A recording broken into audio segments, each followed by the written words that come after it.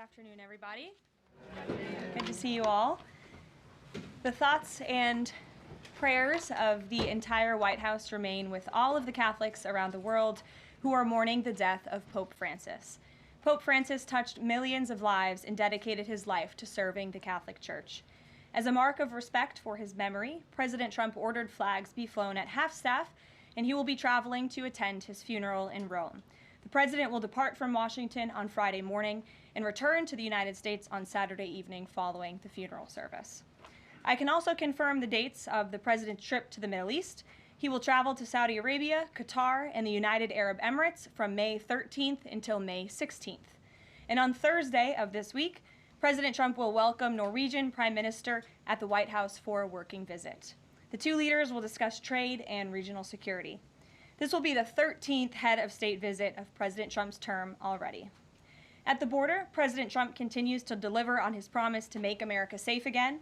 The Wall Street Journal captured the Trump effect in a recent article. Border crossings grind to a halt as Trump's tough policies take hold. U.S. Customs and Border Protection recorded its lowest southwest border crossings in history in March, and we're seeing the same successes at our northern border. Here's how the New York Post put it. Northern border sector previously overrun by illegal migrants sees dramatic drop in crossings. We haven't seen anyone since November, end quote. According to U.S. Customs and Border Protection, just 54 illegal aliens were apprehended in the Swanton sector of our northern border, which stretches more than 300 miles in March. This is a drastic 95% drop from the more than 1,000 border crossings that were caught in March 2024. This is a main hotspot area that recorded more than 80% of all apprehensions along the northern border during the 2024 fiscal year. And new reporting from the Washington Times fully highlights the difference in Joe Biden's disgraceful approach to the border compared to President Trump's. Under Trump, border catch and release has dropped 99.99% from worst Biden month. You can't get much better than that. This statistic in particular is astounding. Border Patrol agents caught and immediately released 189,604 illegal aliens into the United States in December 2023 at the height of the Biden border crisis. But under President Trump, Border Patrol agents caught and released only 20 illegal aliens into the U.S. in the month of February. Thanks to President Trump, operational control of the border is becoming a reality, and the administration's historic enforcement measures are yielding huge results. Illegal aliens are finally getting the blunt message. If you cross the border illegally, you will be swiftly deported and never return to the United States of America. Efforts to arrest the criminal illegal alien invaders are continuing to ramp up. ICE Chicago arrested a Mexican national convicted of predatory sexual assault of a child in Cook County, Illinois. This week, ICE Denver arrested a Mexican national convicted of sexual assault of a child in Houston County, Texas. ICE Miami arrested a Nicaraguan convicted of aggravated battery in Hillsborough County, Florida. ICE Houston arrested a Salvadorian national convicted of attempted sexual assault of a child in Escape in Dallas County, Texas. And ICE Chicago arrested a Mexican national convicted of aggravated sexual abuse of a minor in Illinois. Despite the Democrats' insane objections, President Trump will continue to embolden law enforcement officers to arrest dangerous legal alien criminals and keep our communities safe. And also thanks to President Trump's America First economic approach, investments continue to pour into our country. Swiss pharmaceuticals company announced they will be investing $50 billion in the United States over the next 5 years, creating 12,000 new quality jobs. Regeneron Pharmaceuticals also agreed to pay Fujifilm Technologies more than $3 billion over the next decade to help manufacture its medicines in the United States. It's a top priority for President Trump to ensure we are producing critical medicines and pharmaceutical drugs right here in America, and that is exactly what we continue to see happen every day. In other news, the Trump administration has announced we will put an end to Joe Biden's illegal student loan bailout attempts. No student loan has been referred to collection since March of 2020. That comes to an end. On May 5th, the Department of Education will resume involuntary collections for borrowers with defaulted federal student loans. The student loan portfolio controlled by the federal government is nearly $1.6 trillion, but fewer than 4 out of 10 borrowers are in repayment. This is unsustainable, unfair, and a huge liability for American taxpayers. Debt cannot be wiped away. It just ends up getting transferred to others. So why should Americans who didn't go to college or went to college and responsibly paid back their loans pay for the student loans of other Americans? The Trump administration will never force taxpayers to pay student loan debts that don't belong to them. Student loan borrowers need clarity, and we're finally giving it to them. Borrowers will now be clearly expected to repay their loans, and those who default on their loan obligations will face involuntary collections. The government can and will collect defaulted federal student loan debt by withholding money from borrowers' tax refunds, federal pensions, and even their wages. America is $36 trillion in debt. We must get our fiscal house in order and restore common sense to our country. If you take out a loan, you have to pay it back. It's very simple. President Trump will not kick the can down the road anymore. Before we open it up to questions today, I want to commend our pool photographer who is in the room with us today. ABC News photojournalist Melissa Young is retiring after 44 incredible years on the job, covering here at the White House.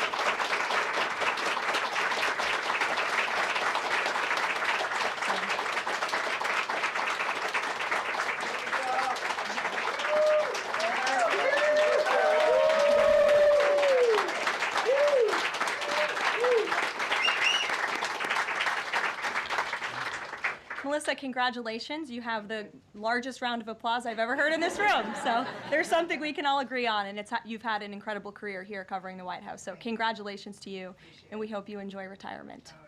I'm sure you will. And everybody else in the room will be very jealous of you as you're enjoying your rest. All right, let's get to it. We have an individual in our new media seat today. His name is Tim Pool. He's a political commentator and a media entrepreneur with millions of followers, a very big platform. Currently hosts Timcast IRL, a daily news and discussions show, and The Culture War, a weekly podcast exploring cultural and political issues. His programs feature in-depth conversations on topics such as free speech, censorship, identity politics, and societal change, often engaging with a diverse range of guests. He's in Washington today because we are also hosting a local media row across the street in the Eisenhower building, which is a testament to our commitment to bring new voices into the White House to cover the president and this administration. So Tim, why don't you kick us off today? Yes. Many of the news organizations that are represented in this room have marched in lockstep on false narratives, such as the Very Fine People hoax, the Covington smear, and now what's being called the Maryland Man hoax, where an MS-13 gang member adjudicated by 2 different judges, I believe, is just simply being referred to as a Maryland Man over and over again. Now, in an effort from the White House to expand access to new companies, you've created this new media seat. So I'm wondering if you can comment on following this expansion, you've had numerous outlets disparage the companies that you've had sit here, as well as the reporters. I'm wondering if you could comment on the unprofessional behavior, as well as elaborate if there's any plans to expand access to new companies. Sure. Well, we certainly welcome diverse viewpoints in this room, which is one of the reasons we have you in here, and there's many new faces in this room in comparison to the previous administrations. We want to welcome all viewpoints into this room. We welcome unbiased journalists who really care about the truth and the facts and the accuracy, and you rightfully pointed out the Maryland Man story, which I, from this podium, when The Atlantic published it, on that very first day, I came to this podium and said, this is wrong. The press in this room have this story wrong, and we have seen more and more evidence come to the table that we have had all along. We were always right. The president was always on the right side of this issue to deport this illegal criminal from our community. And it is despicable to see the media continue to refer to this individual as someone who is just a peaceful man living his life in Maryland. This was and always has been an illegal criminal, an MS-13 gang member, and a designated foreign terrorist. And the administration maintains our position to deport these individuals from our community. So thank you for being here, Tim. It's great to see you. Thank you. Dasha, why don't you kick us off? Thank you, Karoline. You're welcome. I really appreciate it. I have 2 questions, one on the Pentagon and another on the economy. You said on Fox News that the entire Pentagon is working against Secretary Hegseth, but the people who were fired were Hegseth's own guys. So how do you square that, and what do you say to concerns that that's bad management? They were Pentagon employees who leaked against their boss to news agencies in this room, and it's been clear since day one from this administration that we are not going to tolerate individuals who leak to the mainstream media, particularly when it comes to sensitive information. And the Secretary of Defense is doing a tremendous job, and he is bringing monumental change to the Pentagon. And there's a lot of people in this city who reject monumental change, and I think, frankly, that's why we've seen a smear campaign against the Secretary of Defense since the moment that President Trump announced his nomination before the United States Senate. Let me reiterate, the president stands strongly behind Secretary Hegseth in the change that he is bringing to the Pentagon, and the results that he's achieved thus far speak for themselves. Is there an FBI investigation into the leaks? The secretary said that these people would be prosecuted, so is the FBI investigating? You'd have to ask the FBI, you have to ask the Department of Justice on what they plan to do, but certainly we take leaks with the utmost seriously across this administration. You've seen people fired from the Department of Homeland Security. The president has made it clear it's an unacceptable behavior. On the economy, Karoline, Peter Navarro said that it's perfectly possible to do 90 deals in 90 days. We haven't seen one just yet. How soon might we see a deal, and what evidence can you share that progress is being made in these trade negotiations? Sure. Well, I spoke to our entire trade team this morning. There is a lot of progress being made. We now have 18 proposals on paper that have been brought to the trade team. Again, these are proposals on paper that countries have proposed to the Trump administration and to our government. You have Secretary Bessent, Secretary Lutnick, Ambassador Greer, NEC Director Hassett, and Peter Navarro, the entire trade team, meeting with 34 countries this week alone. We are moving at Trump speed to ensure these deals are made on behalf of the American worker and the American people. And just yesterday, it seemed to get a little bit lost in the news, and I think it's a disservice to the American public that it did. The Vice President announced terms of reference for a trade deal with India. That is a big deal.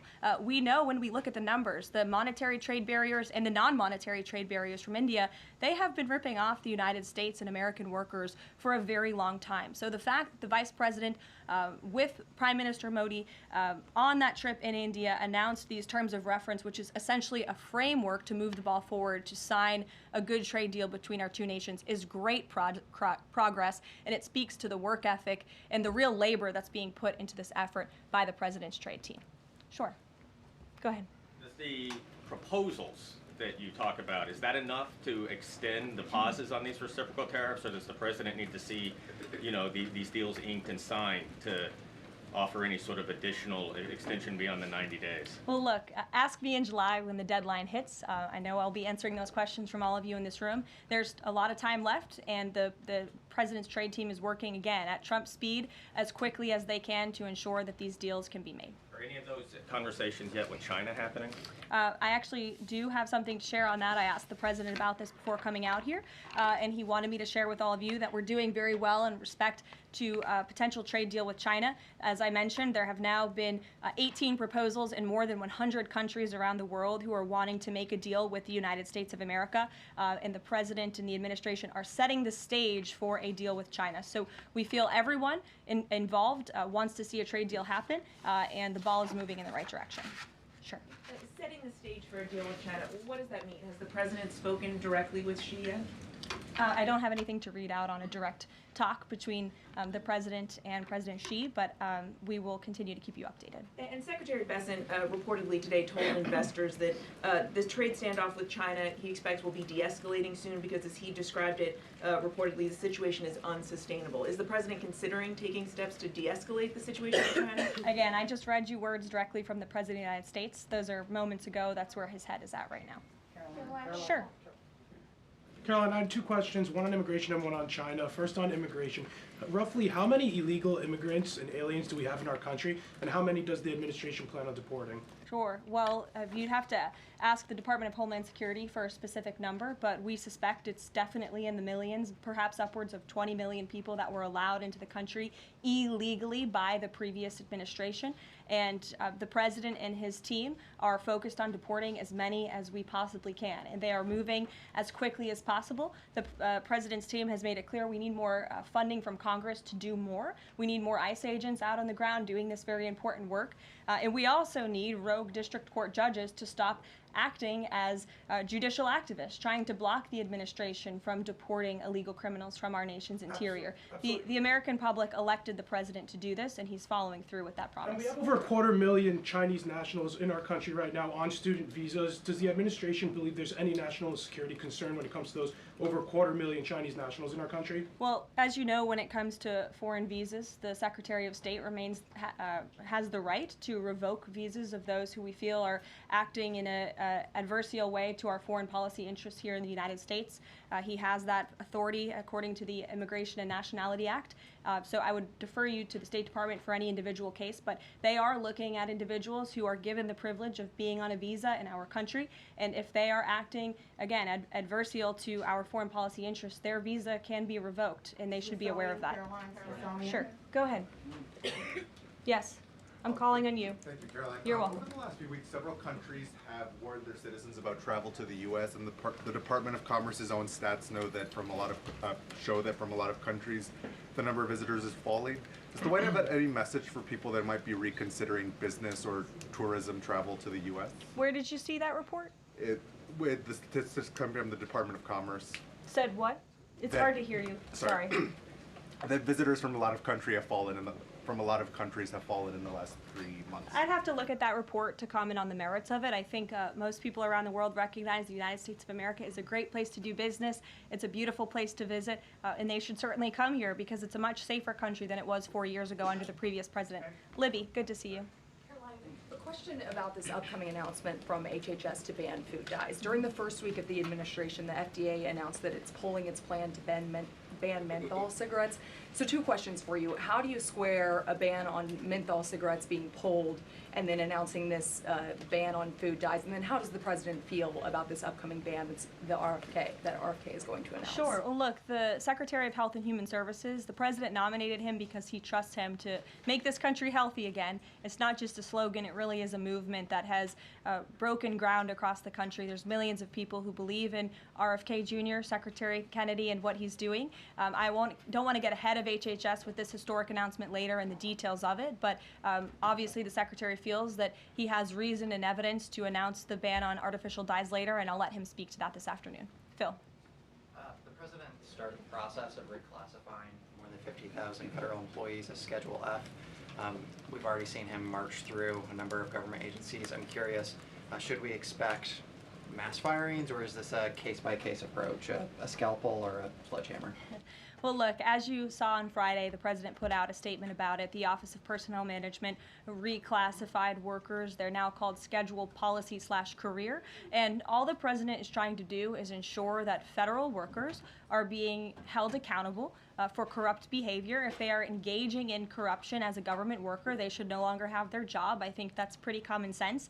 He also believes that bureaucrats should be acting in accordance to the will of the American public, who duly elected this president. Not just this president, but all future presidents. If you work for the government, you should be adhering to the will of the American public and advancing the administration's goals and interests. And if you are not doing that, then you should go find another job whose interests you align with. So as for specific firings, I would defer you to the specific agencies, but the president in this move and Office of Personnel Management, it will make it easier to get rid of rogue bureaucrats who are engaging in corruption. And then another quick question about Sure. Google, real quick. A federal court ruled last Thursday that Google's dominance of online advertising and ad tech markets violated U.S. antitrust laws. I know the president has spoken to a number of folks in big tech, and Google's CEO was even at his inauguration. I'm curious, what is the president's reaction to that court ruling? I'll have to ask him, and I'll get back to you, Phil. Thank you, Caroline. You're welcome. John. Thanks a lot, Caroline. Some economic questions for you. Kevin Hassett has been a key economic advisor to the president in both of his terms. In 2022... And he still is. And he still is. He was just in my office. Absolutely. In 2022, he said that the independence of the Fed is super important. That's a direct quote. Is that something that the president subscribes to? Does he still believe in the independence of the Federal Reserve? Well, look, I think the president has made his position on the Fed and on Powell quite clear.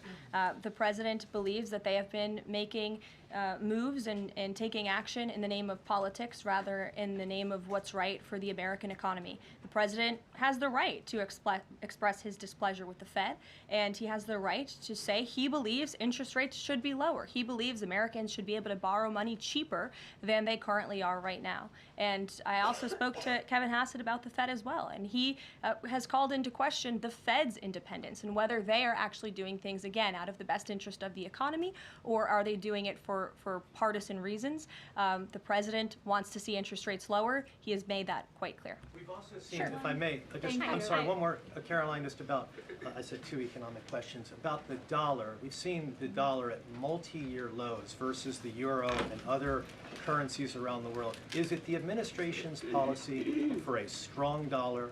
How does it view the dollar versus other currencies around the world? The president wants to see the dollar remain as the world's reserve currency for our long-term fiscal stability and our economic growth. He's been quite clear about that. Sure. 2 questions. And then to the woman behind you, who I haven't seen before, welcome. Go ahead, Mary. Earth Day and then the Supreme Court, if that's okay. That's right. It's Earth Day. Yes. Happy Earth Day, everyone. I saw the president truthing about the garbage pileup from China in the Pacific, and then I believe Lee Zeldin is headed to San Diego to investigate the pile of sewage from Mexico. Can you speak to what the White House has planned for Earth Day and anything in that arena? Sure. I do have points from the EPA. Administrator Zeldin's doing a fantastic job, and they are always sharing their accomplishments with the White House, which we very much appreciate. He will be traveling. I believe he's in California today for sewage situation. Here you go. Administrator Zeldin met with his Mexican counterpart to discuss steps Mexico needs to take to ensure the water entering the United States is clean and safe.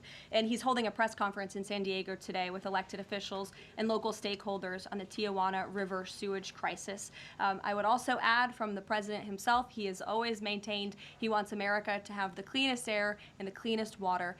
And we want to do what's right for our environment and for our earth. And a lot of that is making sure that we have clean and sustainable energy, and we know that we produce natural gas cleaner and more efficiently than any country in this world, and the president wants to see that continue. Thank you. And then on the Supreme Court, I know the court is hearing a case dealing with parents who don't want their kids having to read gender ideology books in schools. Can you comment on that case and what the Trump administration hopes to see come from that? Sure. We hope the Supreme Court will do the right thing, and the president has been very clear. He stands on the side of parental rights, and he believes strongly that parents should have a greater say in their children's education and the content, if you will, that children are being exposed to in our public school system. Sure. Go ahead. Caroline, thank you. Hi. I'm Karoline with World News Group. The administration ended some temporary protections for Afghans, including several hundred Christians who have been punished by the Taliban. Is the president considering any exceptions for Afghans who could face death or torture if they return to their home country? So let's just be clear about one thing. We didn't end that proactively. It expired, and it's because the previous administration illegally paroled millions of people, or hundreds of thousands of people, I'm sorry, into the country, and then gave them temporary protective status, which again is a temporary status. It's not a permanent status in this country. And if there are individuals here who came in through the Biden administration who want to claim asylum, there is a legal process to do that, and those cases will be adjudicated by a judge on a case-by-case basis. We have a legal immigration process in this country for a reason, and all this administration is trying to do is effectuate that. Reagan. Thank you, Caroline. I have 2 questions for you Sure. on immigration.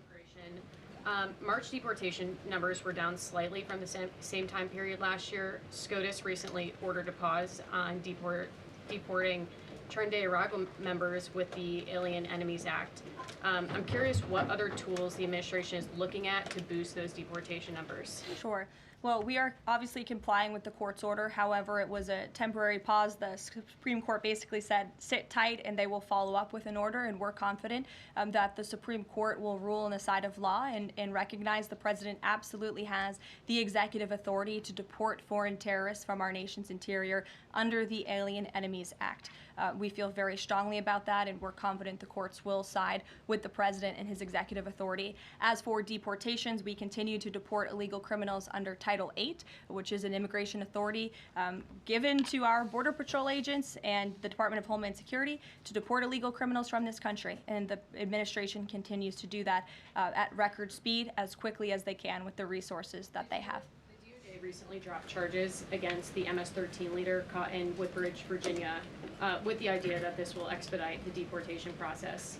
does the administration plan to drop charges against other criminal illegals to speed along the deportation process? You'd have to ask the Department of Justice. Obviously, that's within their purview, and I can't speak for them. However, it is our goal to deport as many illegal criminals and aliens from our country as we possibly can, as quickly as we can. Jackie. Thank you, Caroline. We've heard so much about this Saudi trip planning, and the president's mentioned it himself before, but I don't think we've ever heard on the record what he hopes to achieve in Saudi Arabia and what the purpose of the trip is. Sure. Well, the president looks forward to this. It was supposed to be his first foreign visit, but of course now he is going to Rome this weekend to honor the Pope and attend the funeral. The president looks to strengthen the ties between the United States and these countries in which he will be visiting. He'll be having many bilateral meetings and talks, and we look forward to the trip and hope to see many of you there. And the meetings in London this week, do they have any nexus with the plans in Saudi Arabia? I can't speak to that. However, I do have an update on meetings when it comes to the Russia-Ukraine war. I was just in the Oval Office with the President, Steve Witkoff, and they wanted everybody to know that the negotiations continue. We feel, again, we're hopefully moving in the right direction, and the special envoy, Steve Witkoff, will be heading to Russia again later this week to continue talks with Vladimir Putin. Is that why Rubio is not heading to London? Is he accompanying Witkoff to Moscow? I can't speak for the Secretary of State's travel schedule. I'd defer you to the Department of State. And then more broadly, just about the peace agreement, the talks that are ongoing. Secretary Rubio had said that if things don't go the right way, that the U.S. might need to take a step back. What does stepping back look like? Is that a step back from brokering peace, or would that imply a broader withdrawal from U.S. support for Ukraine and the war? Look, I think it would be unwise for me to broadcast that from this podium. Ultimately, that's a decision for the president to make, but he's made it very clear he wants to see peace, he wants to see this war end, and he wants to stop the killing on both sides of this war, and he's been very clear about that for quite some time, and he has grown frustrated with both sides of this war, and he's made that very known. Caroline, Brian. Thank you, Caroline. Last week, the president talked about nonprofit groups, specifically taking on crew, and he hinted that there could be further actions taken against nonprofits. Does the White House have any plans for any sort of actions against NGOs, nonprofits, or other similar groups? Is any of that coming up? Is that being worked on at this time? I'll have to check in with our policy team and get back to you. Sure. Thank you, Caroline. Travis Gilmore with the Epoch Times. Are some colleges using taxpayer funds to further political agendas? And what is the administration's response to Harvard's lawsuit? Sure. Well, the president has made it quite clear that it's Harvard who has put themselves in the position to lose their own funding by not obeying federal law. And we expect all colleges and universities who are receiving taxpayer funds to abide by federal law. It's quite simple. And the president made it clear he's not going to tolerate violations of federal law. He's not going to tolerate illegal harassment and violence towards Jewish American students or students of any faith on our campuses across the country. And so we will be responding to the lawsuit in court. And again, it's quite simple. If you want federal dollars, obey federal law. And just a quickly follow up on Sure. China. Any response to reports that China is targeting U.S. trade allies with potential retaliatory measures for supporting U.S. agendas? I think the numbers and the sheer number of countries that have reached out to the United States and reached out to this administration to cut good trade deals speak for themselves. The entire world knows that they need the United States of America and they want to do business here, and so we'll stay focused on cutting good trade deals on behalf of the American worker. Stephanie. Thank you, Caroline. Can you give us any additional details from the president's call with Netanyahu today? I did speak to the president about it. It was a good call. They spoke particularly about Iran and the negotiations that are underway with Iran and the United States. And the president has made it very clear repeatedly, but I'll reiterate, there is no daylight between the United States of America and the state of Israel. He stands strongly behind our ally. He's made it quite clear when it comes to Iran that we want to see a deal, and Iran has a choice to make. But the president has also made it very clear, and he reiterated that in his call with Prime Minister Netanyahu today about the need for Iran to never obtain a nuclear weapon. I do have one more bit of news that I would like to share with all of you. Just give me 1 second to find it. And it's in regards to the terrorist attack that took place in India earlier today.